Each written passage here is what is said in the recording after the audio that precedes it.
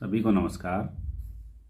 आज हम पढ़ रहे हैं प्रयास कार्य पुस्तिका हिंदी कक्षा 4-5। इसके अंतर्गत NAS 2017 कक्षा 5 हिंदी के लिए। आइए हम शुरू करते हैं। इससे पहले आप हमारे चैनल पर नए हैं तो सब्सक्राइब कर दीजिए, जिससे आने वाले सभी वीडियो आपको मिलते रहें। शुरू करते हैं। NAS 2017 कक्षा 5 हिंदी, जो कि पेज नंबर 112, 13, 14 पे है।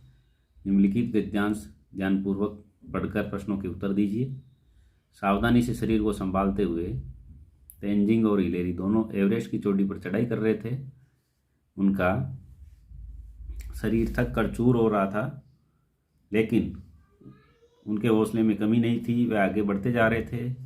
चलते चलते सामने लगभग 12 मीटर ऊंची एक चट्टान दिखी। वह एकदम सीधी थी। तेंजिंग ने पांव रखने और हाथ गड़ाने के लिए बर्फ में गड्ढे बनाए। बड़ी कठिनाई और सावधानी से एक एक पांव गड्ढों में रखते हुए वे ऊपर चढ़े। आखिर चट्टान की चढ़ाई का अंत आ ही गया। चट्टान की चौड़ाई दिखाई पड़ने लगी। अब क्या था, वे दोनों एवरेस्ट पर्वत के शिखर पर थे। एवरेस्ट दुनिया की सबसे ऊंची पर्वत चोटी है। तेंजिंग और हिलेरी ने एक दूसरे को देखा। उनकी आंखों में चमक थी। उनकी सारी थकावट दूर हो चुकी थी। उनका मन आनंद से भर गया। ये गद्यांश अपन ने ध्यानपूर्वक पढ़ा। अब इसमें जो प्रश्न हैं उनके उत्तर देंगे। एवरेस्ट और हिलेरी, तेंजिंग और हिलेरी एवरेस्ट पर क्यों चढ़ सके? तो इसमें है वो बहुत आनंदित थे, ये गलत है। वो बहुत हिम्मत वाले थे, इसमें बेसही हैं। प्रश्न नंबर 2, एवरेस्ट की सबसे खास बात क्या है? ये एक खतरनाक पहाड़ है। ये दुनिया की सबसे ऊंची चोटी है। तेंजिंग और हिलेरी इसकी चोटी पर चढ़े थे। इसे पर हमेशा बर्फ जमी रहती है। तो इसमें सही उत्तर होगा ब, ये दुनिया की सबसे ऊंची चोटी है। प्रश्न नंबर 3, तेंजिंग और हिलेरी को चट्टान पर चढ़ने में कठिनाई क्यों हो रही थी? चट्टान बिल्कुल सीधी थी। ब, चट्टान की बर्फ पिघल रही थी। चट्टान पर बहुत गड्ढे थे। चट्टान पर जंगली जानवर थे। तो इसमें ऐसे ही होगा, चट्टान बिल्कुल सीधी थी। प्रश्न नंबर 4, तेंजिंग और हिलेरी उत्साहित क्यों हो गए? दोनों ने पर्वत पर चढ़ाई कर ली थी, ये सही है।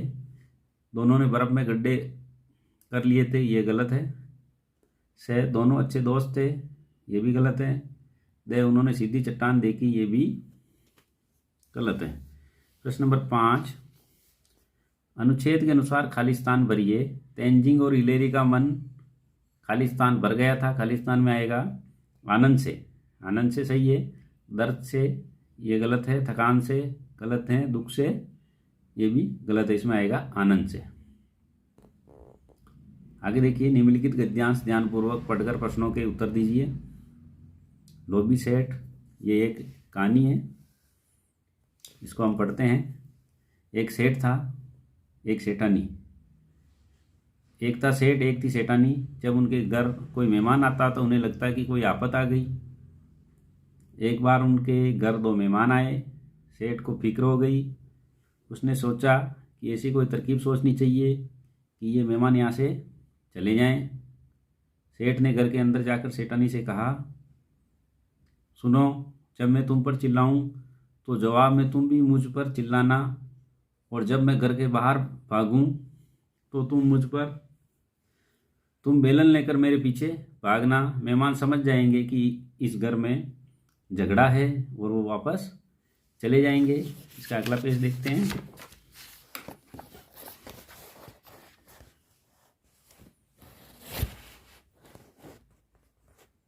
सेठानी बोली, अच्छी बात है। कुछ देर बाद सेठ घर में बैठा बैठा सेठानी पर चिल्लाने लगा। जवाब में सेठानी भी चिल्लाई। सेठ घर से बाहर भागा। सेठानी बेलन लेकर सेठ के पीछे भागी।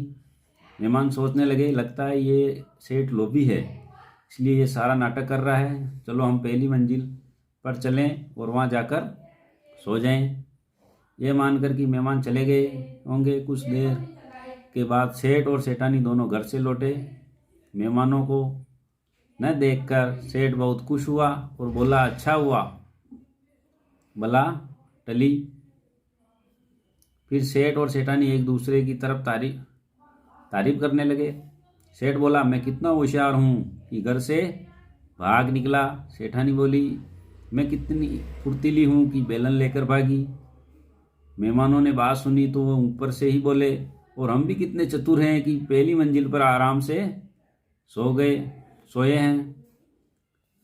अब इनके प्रश्नों के उत्तर देने हैं। छठा प्रश्न है, सेठ कैसा था?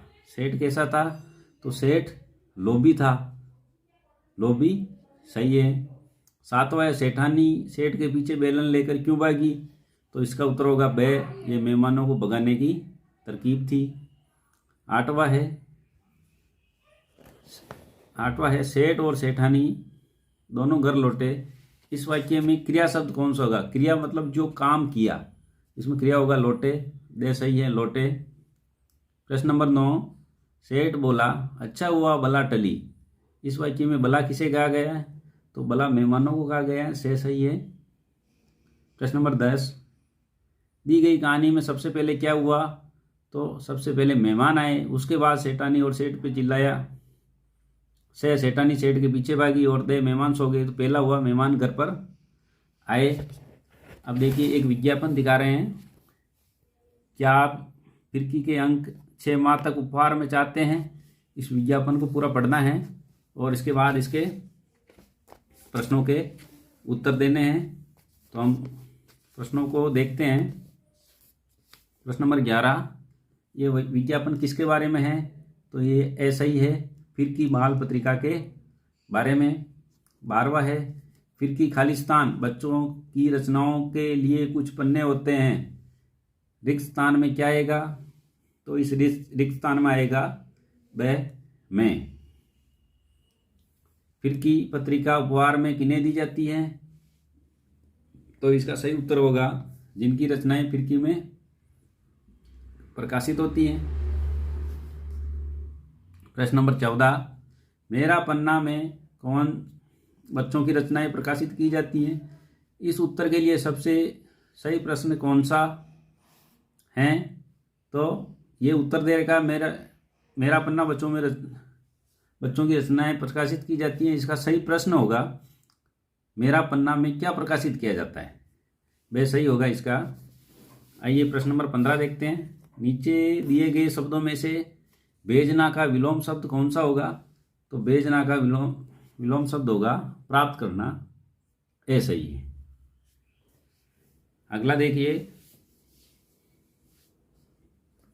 निम्नलिखित गद्यांश ध्यानपूर्वक पढ़कर प्रश्नों के उत्तर दीजिए।